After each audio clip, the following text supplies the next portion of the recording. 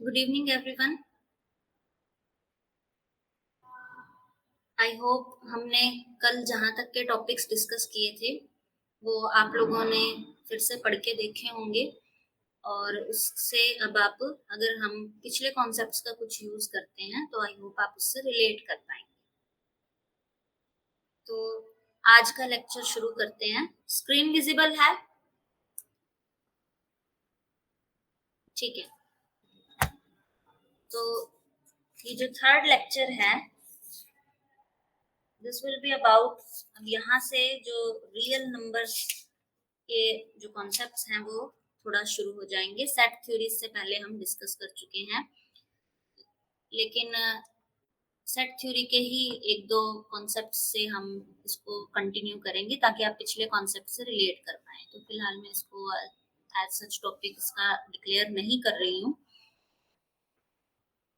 तो कल जो लास्ट लेक्चर था हमारा वो उसमें हमने रिलेशन की डेफिनेशन पढ़ी थी, फंक्शन की डेफिनेशन पढ़ी थी और उस बेस पे काउंटेबल सेट्स और अनकाउंटेबल सेट्स को इंट्रोड्यूस किया था।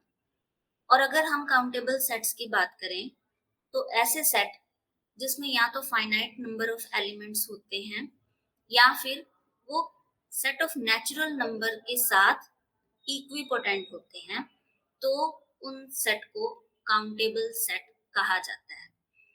तो काउंटेबल सेट्स और अनकाउंटेबल सेट्स, कौन से ऐसे सेट होंगे जो काउंटेबल कहलाएंगे या अनकाउंटेबल सेट्स के कौन कौन से एग्जांपल्स हैं, तो हम उसको तभी प्रूव कर पाएंगे जब हमें जो इसका कॉन्सेप्ट है, क्योंकि इसका कॉन्सेप्ट क्या है कि हम इसे नेचुरल नंबर्स के साथ, सेट ऑफ नेचुरल नंबर के साथ इक्विपोटेंट बना पाएंगे या नहीं बना पाएंगे। उसी से ये डिसाइड होगा कि कोई भी सेट काउंटेबल है या अनकाउंटेबल है। तो इसीलिए आज हम एक तो नेचुरल नंबर्स के सेट के बारे में पढ़ेंगे, फिर उसके बाद जो और सेट्स एग्जिस्ट कर रहे हैं, यानी कि अगर नेचुरल नंबर से एक्सटेंड करके बात करें तो फिर हम इंटीजर के सेट पे पहुंच जाते हैं। इंटीजर को अगर एक्सटेंड करें तो हम रैशनल नंबर्स पे पहुंच जाते हैं और रैशनल नंबर्स को एक्सटेंड करें तो फिर हम रियल नंबर्स पे पहुंच जाएंगे। तो इनमें से कौन से सेट्स काउंटेबल होंगे और कौन से नहीं होंगे, इसको हम अगर समझना चाहते हैं तो हमें पहले इन सेट्स के बारे में थोड़ा सा बेसिक पढ़ना होगा। तो इन सेट्स को बताने से पहले, इन सेट्स का बेसिक डिस्कस करने से पहले हम जो रिलेशन का जो टॉपिक हमने पढ़ा था उसी के बेस पे अब partial order relation, linear order relation और स्ट्रिक्ट ऑर्डर रिलेशन को डिफाइन करने वाले। हमने ये पढ़ा था कि अगर कोई भी सेट है, से ए बी यानी सेट, और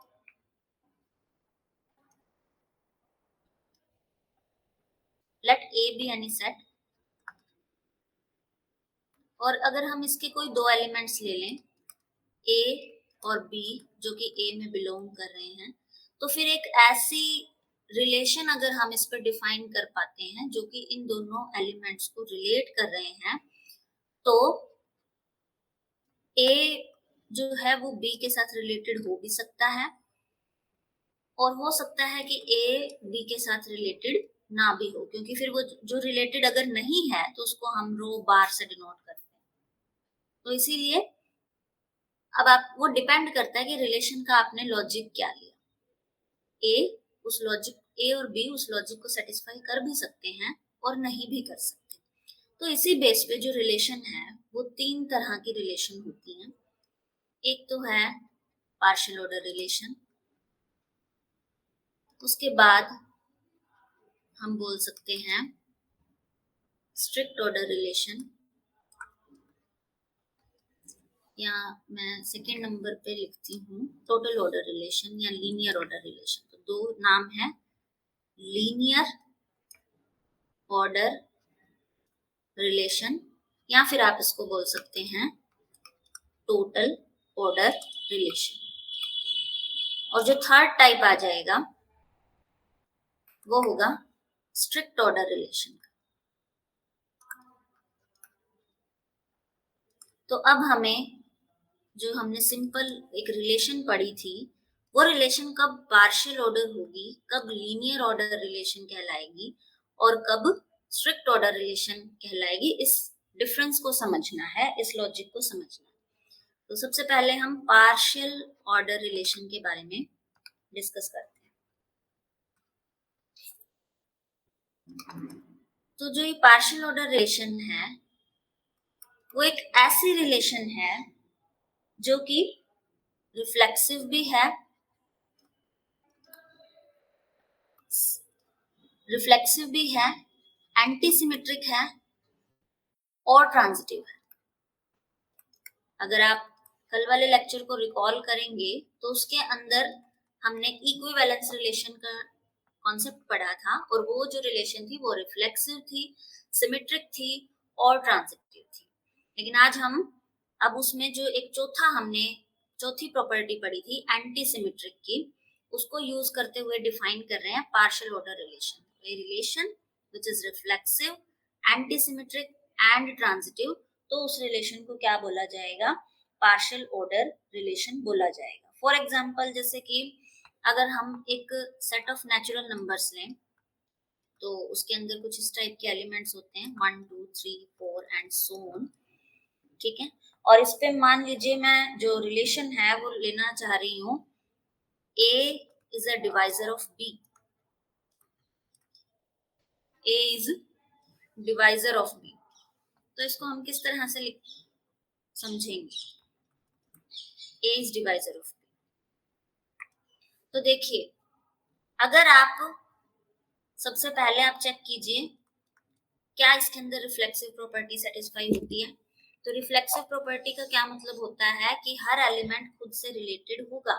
तो मतलब अगर मैं 1 लूं तो 1 इज अ डिवाइजर ऑफ 1, तो इसका मतलब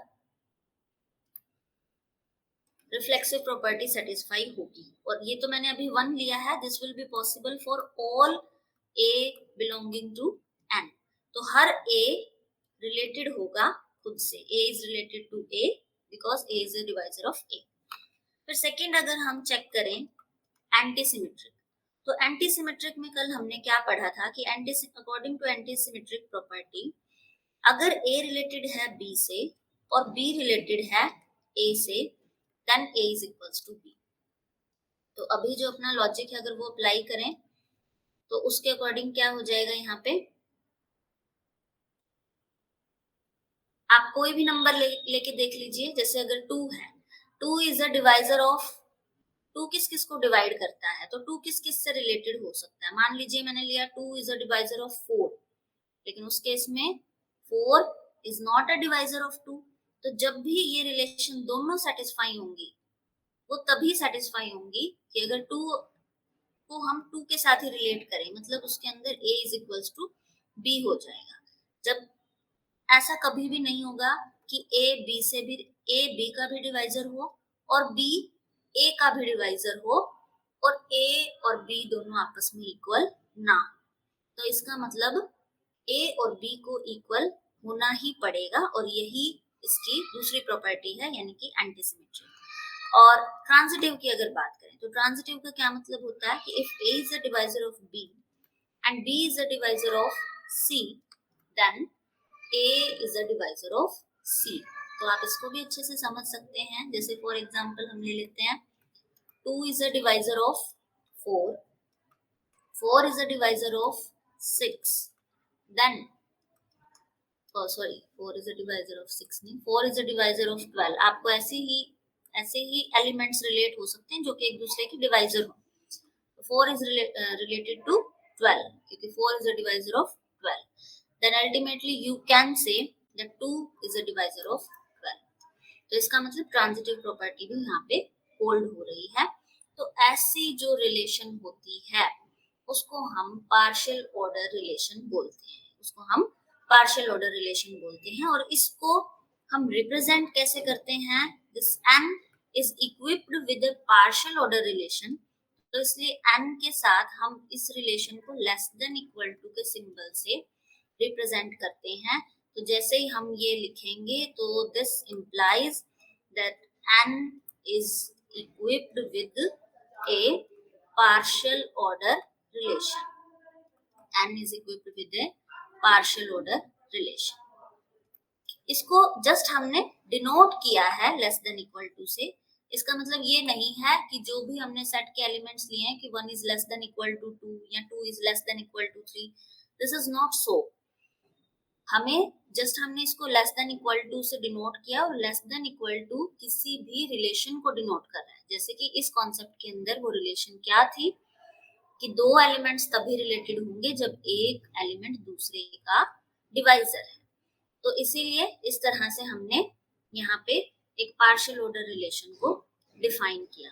इसको डिफाइन करने के लिए हमने लेस देन इक्वल टू का जो सिंबल है वो इसीलिए यूज किया है क्योंकि लेस देन इक्वल टू का जो सिंबल होता है वो भी इन तीनों प्रॉपर्टीज को सेटिस्फाई करता है कि एक number a is always less than equal to a.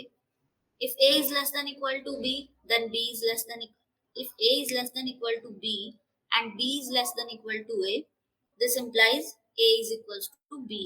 और इसी तरह से if a is less than equal to b, b is less than equal to c, then a is less than equal to c. तो जो ये less than equal to का operator है वो इन तीनों प्रॉपर्टीज को रिप्रेजेंट कर सकता है।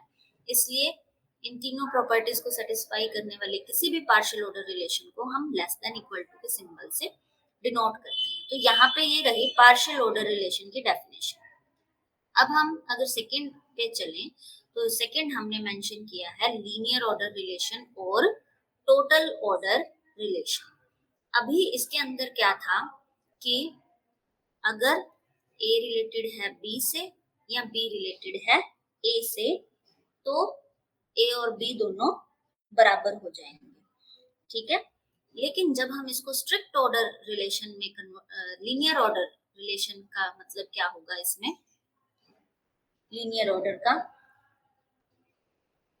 हमने इसमें ये देखा कि जब तक हम एक पार्शियल ऑर्डर रिलेशन डिफाइन कर रहे हैं तो जरूरी नहीं है कि सेट के सारे एलिमेंट एक दूसरे से रिलेटेड हो।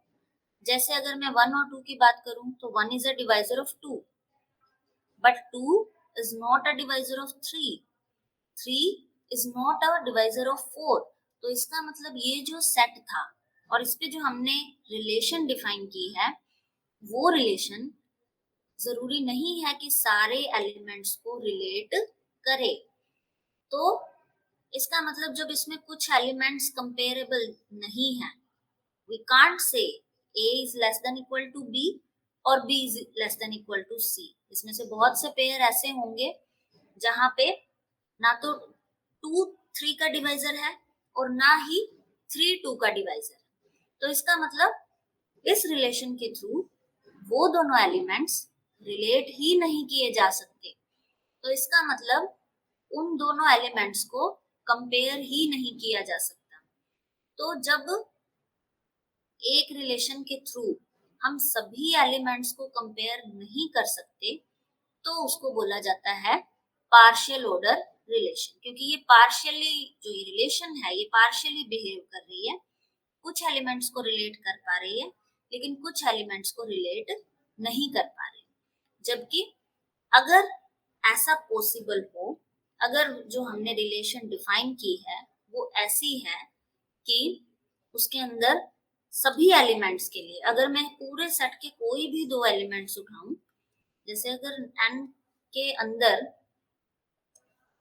नेचुरल नंबर्स का जो सेट है उसके अंदर 1 2 3 4 5 ये इस तरह से जो हमने सेट लिया है, अब अगर मैं इस पे कोई इस टाइप की रिलेशन डिफाइन कर पाऊं कि इसके हर एलिमेंट एक दूसरे से रिलेटेड हो जाएं, इसके मैं कोई भी 2 एलिमेंट उठाऊं और वो एक दूसरे से रिलेट हो जाएं। फॉर एग्जांपल अब मैं स्पेसिफिकली जो रिलेशन है उसको किस तरह से डिफाइन कर रही हूँ कि A रिलेटेड होगा B से if A is less than equal to B। तो मैं सिर्फ इसको डिनोट नहीं कर रही हूँ बल्कि मेरा मतलब भी यही है कि A और B एक दूसरे से तभी रिलेटेड होंगे जब A बी से या तो लेस होगा या फिर उसके इक्वल होगा। तो ऐसे सिचुएशन में आप इस सेट के किन्हीं भी दो एलिमेंट्स को यदि उठाएंगे तो आप उनको रिलेट कर पाएंगे। जैसे कि 1 है, 1 is less than equal to 2, या फिर 2 is less than equal to 3। ठीक है, अब 3 is not less than equal to 2, तो आपको क्या करना है, दोनों चेक करने हैं, या तो A रिलेटेड टू B हो जाए या फिर B रिलेटेड टू A हो जाए। अगर दोनों में से एक भी कंडीशन सेटिस्फाई हो रही है, इसका मतलब आप इन दोनों एलिमेंट्स को रिलेट तो कर पा रहे हैं, दोनों एलिमेंट्स को कंपेयर तो कर पा रहे हैं। तो इसका मतलब अगर हम ये वाली रिलेशन लेते हैं तो ये एक ऐसी रिलेशन है जो कि इस सेट के सभी एलिमेंट्स को रिलेट करती है। तो इसका मतलब ये स्ट्रिक्टली इनके ऑर्डर को डिफाइन सॉरी ये मतलब क्या करती है, टोटली इनके ऑर्डर को डिफाइन करती है। ऐसा सेट के अंदर ऐसा कोई पेयर नहीं है जो कि रिलेटेबल नहीं हुआ या जो कंपेरेबल नहीं हुआ। तो इसीलिए जो ये रिलेशन होगी इसको हम बोलते हैं टोटल ऑर्डर रिलेशन। तो आप इसमें बोल सकते हैं कि हर पेयर अगर कंपेरेबल है, इफ एनी पेयर इज, या एनी के बजाय आप एवरी भी बोल सकते हैं, every pair, if every pair, just a second, तो हम कहाँ थे कि अगर if every pair is comparable, then it will be called as every pair is comparable।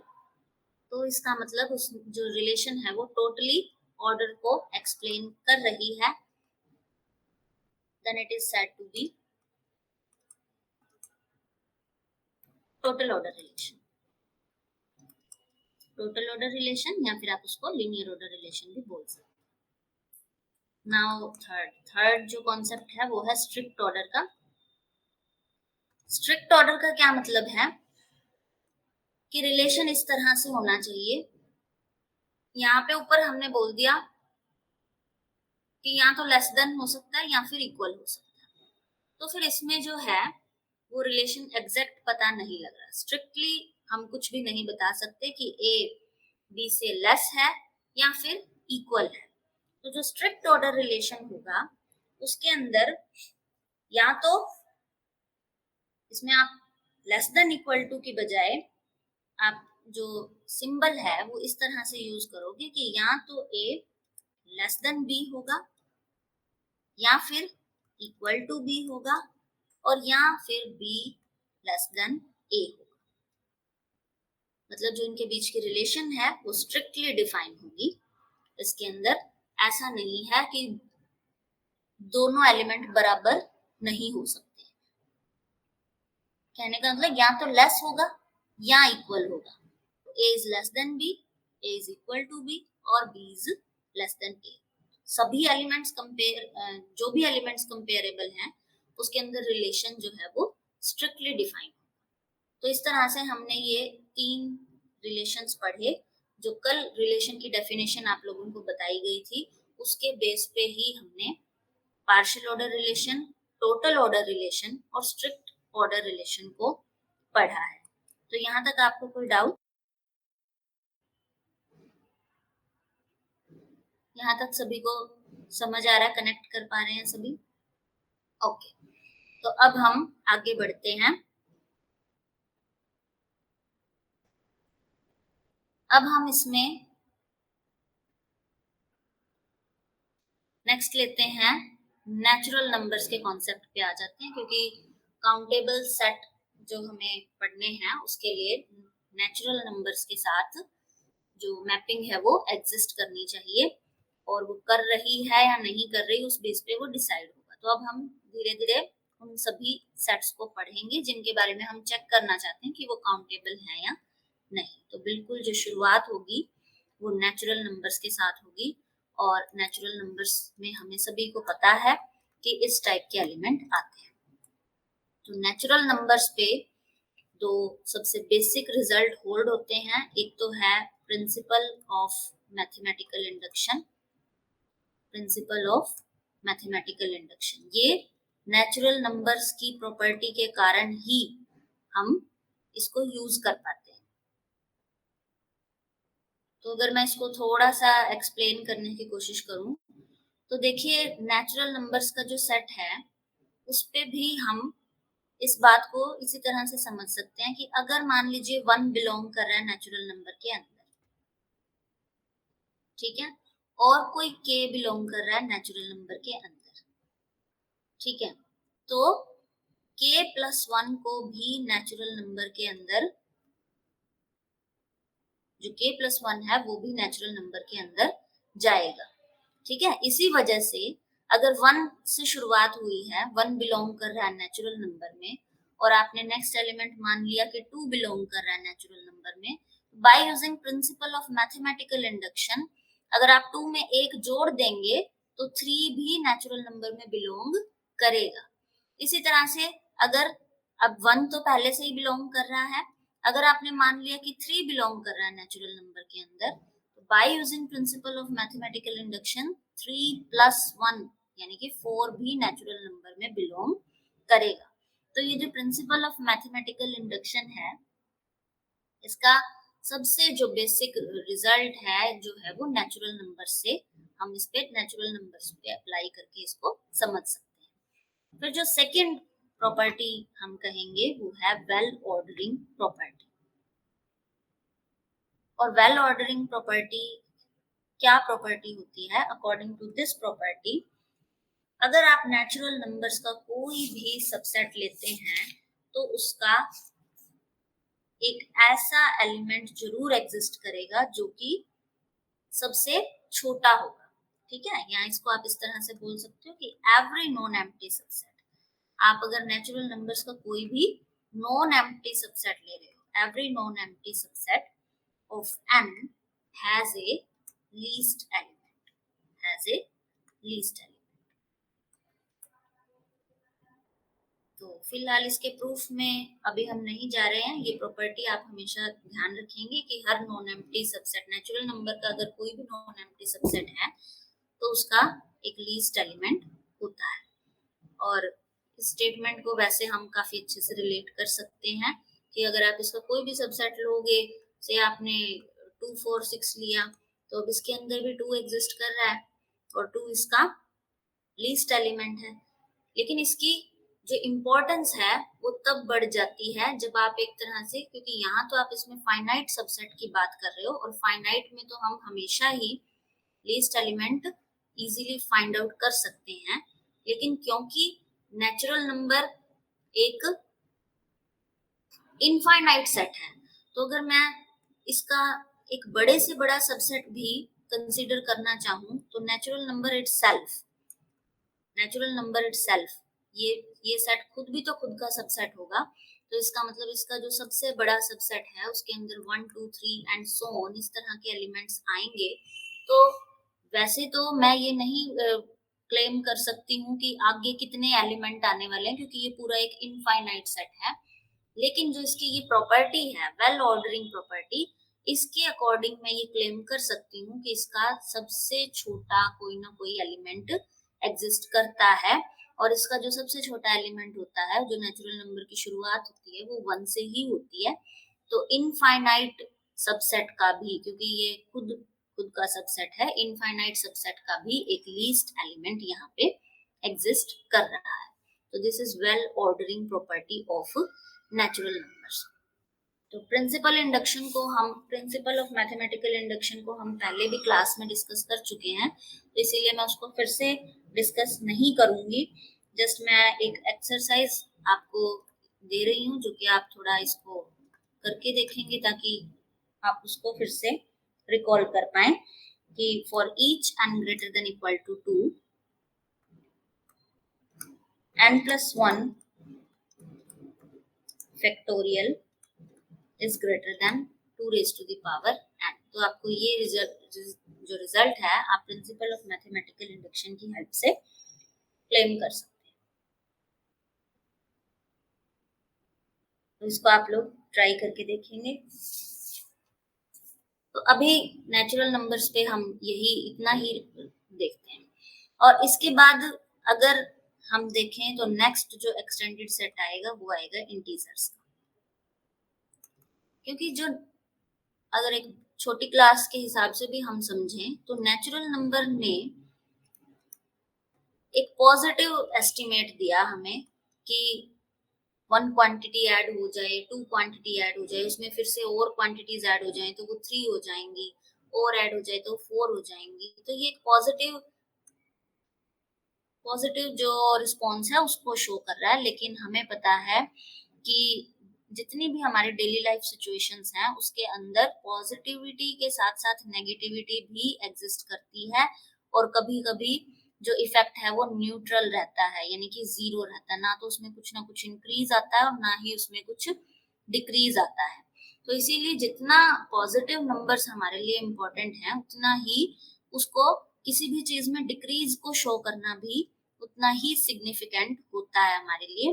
तो इसीलिए जो ये पॉजिटिव नंबर्स थे इनका नेगेशन लिया गया, और उनको इंक्लूड करते हुए ये जो इंटीजर्स का सेट है, क्योंकि हमें किसी चीज में अगर डिक्रीज को रिप्रेजेंट करना है तो वो फिर इन नेगेटिव क्वांटिटीज की फॉर्म में होगा, और इससे ये इंटीजर बने।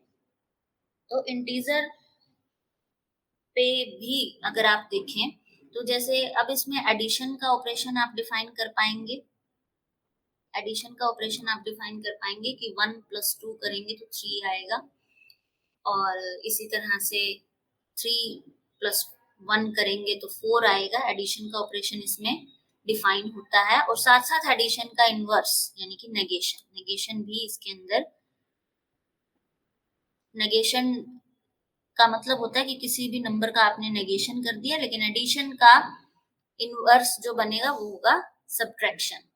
एडिशन का इनवर्स होगा सब्ट्रैक्शन। तो एडिशन के साथ साथ इंटीजर्स पे सब्ट्रैक्शन भी हम अच्छे से डिफाइन कर सकते हैं, क्योंकि अगर आप 2 - 2 करेंगे तो 0 भी यहाँ पे है। अगर आप 2 - 3 करने की कोशिश करेंगे तो यहाँ पे -1 भी इसके अंदर अवेलेबल है। तो इंटीजर्स के सेट पे एडिशन और सब्ट्रैक्शन डिफाइंड है। इसी तरह से अगर हम बात करें मल्टीप्लिकेशन की, डिफाइंड का कहने का मतलब है कि जो इनका आउटपुट आएगा, जो इनका रिजल्ट आएगा ऑपरेट होने के बाद, वो इसी सेट में जा रहा है। मल्टीप्लिकेशन की अगर हम बात करें तो किन्हीं भी दो एलिमेंट्स को अगर आप मल्टीप्लाई करेंगे 2 × 3 करेंगे तो 6 भी आपको इसी सेट के अंदर मिल जाएगा। -2 × -3 करेंगे तो प्लस का 6 अगेन वो यहाँ पे आपको मिल जाएगा। तो मल्टीप्लिकेशन के रिस्पेक्ट में भी हम कहेंगे कि ये सेट क्लोज्ड है। लेकिन अगर हम मल्टीप्लिकेशन के इनवर्स की बात करें यानी कि डिवीजन की बात करें, तो अगर मैं किन्हीं भी दो इंटीजर को डिवाइड करना चाहूँ, मींस से मैंने 2/3 लिया या फिर से मैंने 3/2 लिया, तो किन्हीं भी दो इंटीजर्स को अगर हम डिवाइड करना चाहते हैं तो फिर जो रिजल्ट है वो इंटीजर्स में नहीं आ रहा। तो मतलब हमें और चीजों को डिस्क्राइब करने के लिए, क्योंकि कई बार जैसे आप 2/3 किसी चीज को 3 पार्ट्स में डिवाइड करना है या 4 पार्ट्स में डिवाइड करना है, तो उसको हम कंप्लीटली इंटीजर की हेल्प से एक्सप्लेन नहीं कर पाते। तो इसका मतलब जो इस तरह के डिवीजन है वो भी ऐसे भी नंबर्स होने चाहिए, ऐसे भी सेट होने चाहिए जो इस तरह के पार्ट्स को एक्सप्लेन कर सके। तो इसीलिए इसको इंक्लूड करते हुए इंटीजर्स को और एक्सटेंड करके हमने रैशनल नंबर्स बनाए, और रैशनल नंबर्स के अंदर एक ऐसा सेट आ जाएगा जिसके अंदर की सारे p/q फॉर्म के जो नंबर्स हैं वो आएंगे। लेकिन हमें पता है कि किसी भी नंबर की 0 से डिवीजन डिफाइंड नहीं होती है, तो इसीलिए हम इसमें बोलते हैं कि जो रैशनल नंबर्स का सेट है इसमें ये p और q इंटीजर्स से आएंगे, लेकिन जो q है वो नॉन जीरो होना चाहिए। तो जो नंबर्स आ रहे हैं उनको एज रैशनल नंबर्स माना जा सकता है। तो रैशनल नंबर्स पे फिर आपने लीनियर अलजेब्रा के अंदर आपने फील्ड की जो प्रॉपर्टी पढ़ी है वो सारी जो प्रॉपर्टीज हैं वो सेटिस्फाई होंगी। तो this is an important fact that Q is a field. जो सेट ऑफ नेचुरल नंबर्स है वो एक फील्ड क्रिएट करता है अंडर एडिशन एंड मल्टीप्लिकेशन। तो इसको मैं बहुत ज्यादा एक्सप्लेन नहीं करूंगी क्योंकि फील्ड की जो भी 11 की 11 प्रॉपर्टीज होती हैं वो आप इजीली प्रूव कर सकते हो कि रैशनल नंबर्स पे वो सारी प्रॉपर्टीज सेटिस्फाई होती हैं। तो वो 11 प्रॉपर्टीज रैशनल नंबर्स की अलजेब्राइक प्रॉपर्टीज हो जाती है। फिर उसके बाद रैशनल नंबर से रिलेटेड आपने ये समझा।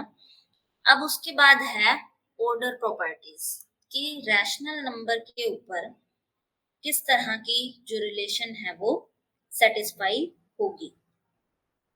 तो इसको हम कैसे समझेंगे? जैसे ये रैशनल नंबर पे प्रॉपर्टीज आएंगी बिल्कुल उसी तरह से इक्विवेलेंटली ही रियल नंबर्स पे आएंगी। तो ये पढ़ने से पहले हम सेकेंड नंबर पे ऑर्डर प्रॉपर्टीज पढ़ने से पहले हम पहले पढ़ते हैं डेंसिटी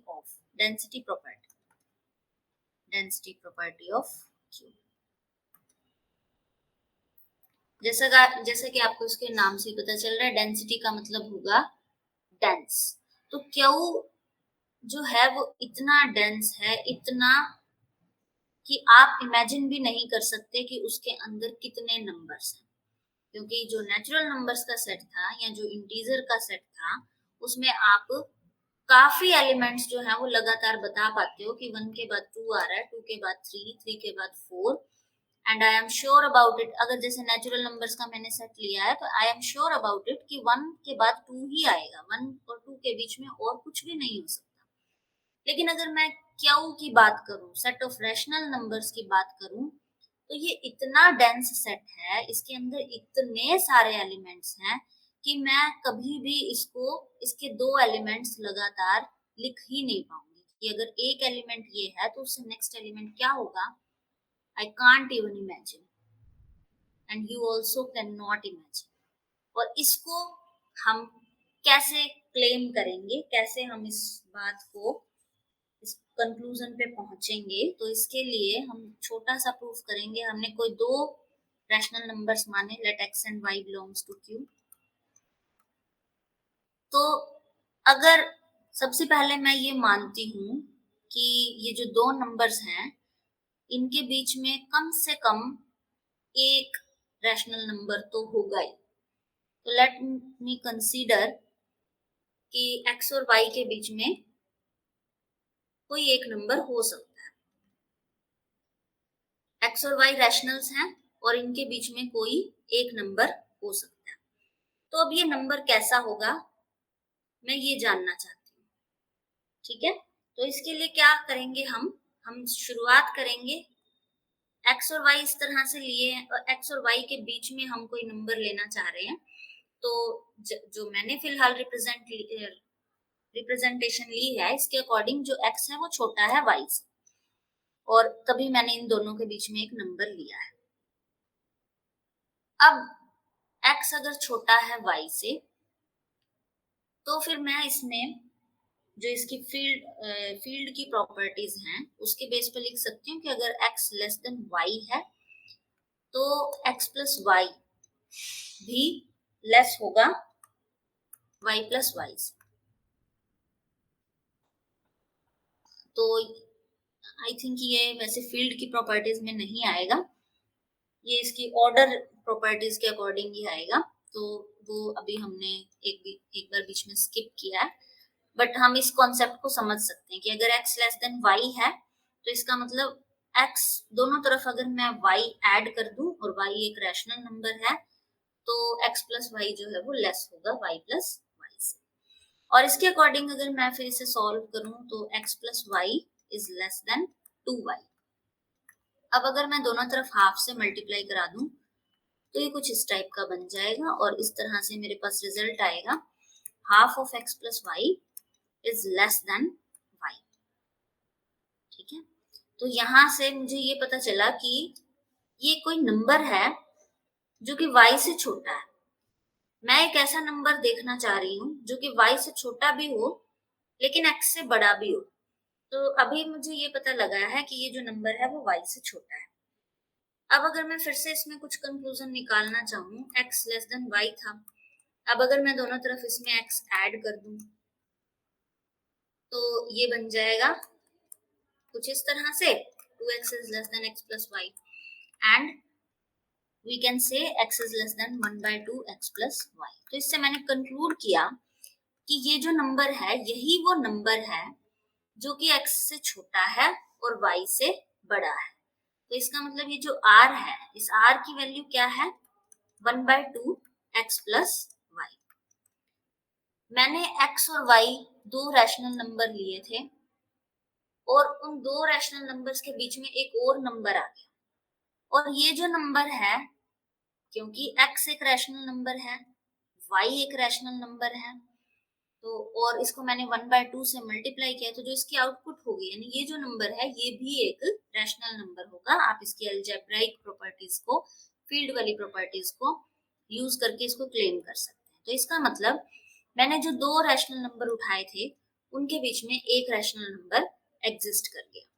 तो फिर अब अगर मैं x और r उठाऊंगी तो x और r के बीच में भी कोई नंबर एग्जिस्ट कर जाएगा।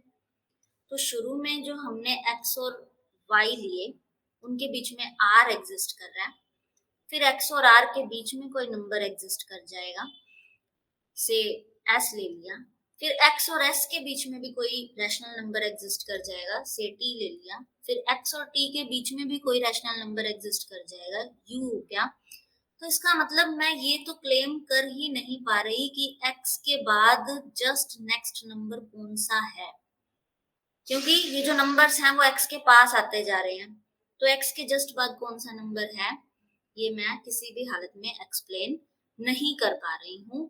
तो ये इस आपको इसकी एक सिग्निफिकेंट बात, ये बहुत ही इंपॉर्टेंट कॉन्सेप्ट आपको समझ में आना चाहिए कि क्यू इज सो डेंस। इसको इसकी डेंसिटी प्रॉपर्टी बोला जाता है कि कोई भी दो रैशनल नंबर्स अगर आप ले रहे हैं तो उनके बीच में infinitely many rational numbers exist करते हैं और आप कभी भी ये नहीं बता सकते कि एक रैशनल नंबर के बाद नेक्स्ट रैशनल नंबर कौन सा है।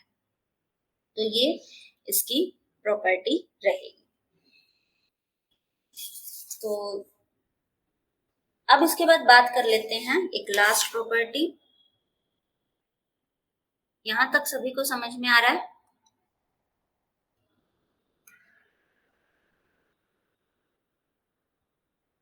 Okay good.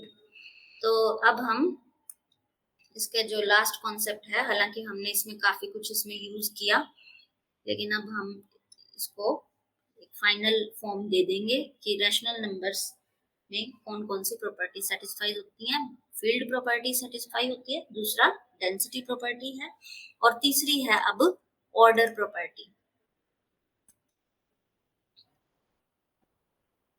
Order order property. तो आप कह सकते हैं कि जो क्यू है वो ना सिर्फ एक फील्ड है बल्कि क्यू एक ऑर्डर्ड फील्ड है। क्यू एक ऑर्डर्ड फील्ड है और वो किस लिए? क्योंकि हम इस पे एक लीनियर ऑर्डर रिलेशन डिफाइन कर सकते हैं। Q can be equipped with, ये जो सेट ऑफ रैशनल नंबर है, it can be equipped with a linear order relation or you can say a total order relation। और जैसे कि मैंने आप लोगों को बताया था कि टोटल ऑर्डर रिलेशन का मतलब ये होता है कि क्यू के अंदर जितने भी एलिमेंट्स आ रहे हैं, से ए बी सी डी जितने भी एलिमेंट्स आ रहे हैं उन सबको आप कंपेयर कर सकते हैं। अगर कोई ऐसी रिलेशन डिफाइन हो रही है जो कि ए को किसी ना किसी से रिलेट पक्का करेगी, ए इज रिलेटेड टू बी, सभी पेयर्स को, बी को सी से रिलेट कर, बी को भी आप किसी ना किसी नंबर से रिलेट कर पाएंगे, सी को भी आप किसी ना किसी नंबर से रिलेट कर पाएंगे। तो इसका मतलब सारे जो पेयर्स हैं, सारे नंबर्स एक दूसरे से कंपेरेबल हैं और क्योंकि सारे नंबर्स एक दूसरे से कंपेरेबल हैं तो उससे इनकी जो पोजीशन है वो फिक्स हो जाती है। अगर मान लो लेस देन की रिलेशन है तो फिर आप इसमें फिक्स कर पाएंगे कि ए किस किस से लेस है। तो ए कहाँ पे आएगा, फर्स्ट पोजीशन पे आएगा, सेकंड पे आएगा। अब अगर बी है वो सिर्फ ए से बड़ा है, बाकी सबसे छोटा है, तो इसका मतलब बी का ऑर्डर क्या रहेगा, ए के बाद बी की पोजीशन आएगी। तो इसीलिए हम बोल सकते हैं कि ये जो क्यू है, सेट ऑफ रैशनल नंबर है, ये एक टोटल ऑर्डर रिलेशंस, एक टोटल ऑर्डर रिलेशन को सेटिस्फाई करेगा। और वो जो रिलेशन है वो यही होगी, A is less than B, A is less than B.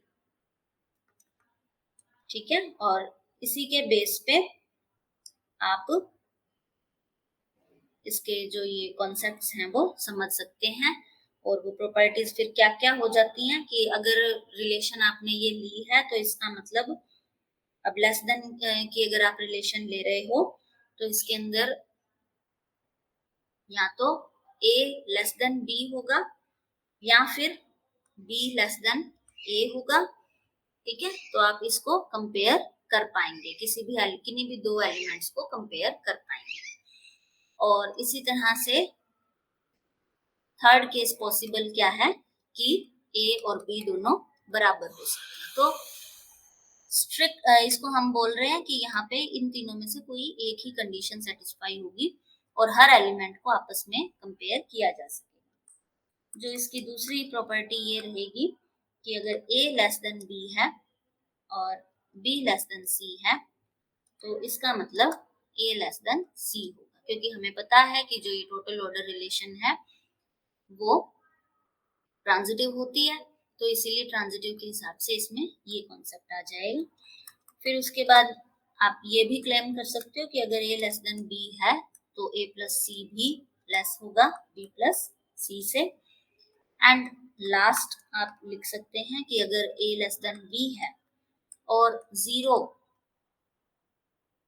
Is less then c, मतलब आपने 0 से बड़ा कोई नंबर c ले लिया और 0 से बड़े नंबर से अगर आप मल्टीप्लाई करा रहे हैं तो ac it will be less than b। तो ये इसके ऑर्डर पे, क्योंकि इस इन सभी प्रॉपर्टीज से हमें एक तरह से इसके एलिमेंट्स का ऑर्डर पता लग रहा है कि अगर कोई जैसे a लेस देन b था लेकिन उससे हमने नए एलिमेंट जनरेट कर दिए a प्लस सी और b प्लस सी, तो इस ऑर्डर की हेल्प से हम इसके नए एलिमेंट्स के ऑर्डर को डिफाइन कर पा रहे हैं। इसी तरह से इन एलिमेंट के ऑर्डर की हेल्प से हम इसके नए एलिमेंट्स के ऑर्डर को डिफाइन कर पा रहे हैं, तो इसीलिए इसको बोला जाता है order properties of set of rational number. तो आज का जो टॉपिक है वो यहीं तक रहेगा और मैं अगर इसको समराइज करने की कोशिश करूं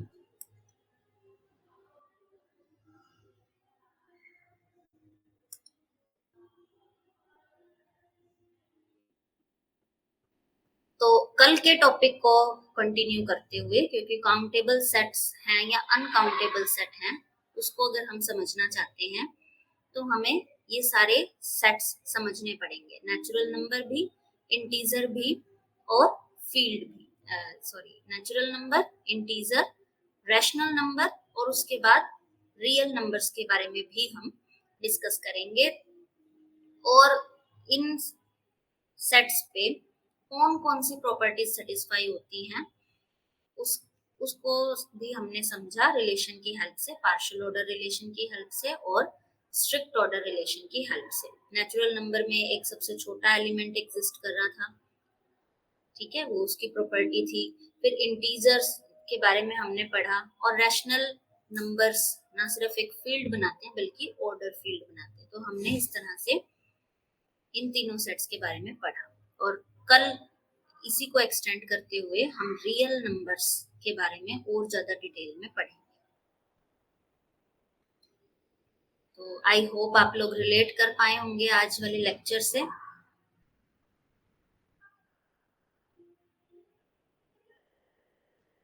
ये काफी इम्पोर्टेंट रहेगा कि जो भी हम कॉन्सेप्ट्स पढ़ रहे हैं, जो भी टॉपिक पढ़ रहे हैं, उनको आप किस तरह से अपने माइंड के अंदर मैप करते हो, कैसे एक दूसरे से कनेक्ट करते हो। जितना हो सके हमें अपने माइंड में रिवाइज करते रहना चाहिए कि अब तक जो हमने पढ़ा है वो कैसे एक्सटेंड हो रहा है, कहाँ से हमने शुरू किया था और अब हम उस चीज के बारे में क्या कुछ जान चुके हैं। और उसी से ही फिर आप, क्योंकि जो आगे के कॉन्सेप्ट्स होते हैं उनमें कहीं न कहीं पिछली वाली जो बेसिक बातें हैं वो इतनी बार रिपीट होके यूज़ होती हैं। अगर हम उसको ये एज़ अ बेसिक नहीं लेके चलेंगे, तो वो फिर प्रीवियस नॉलेज से कनेक्ट नहीं हो पाएगा। तो आप लोग इसको रिवाइज़ कीजिएगा और अपने लेवल पे इसमें कुछ ऐड करने की कोशिश कीजिएगा। आज के लिए हम इतना ही करेंगे।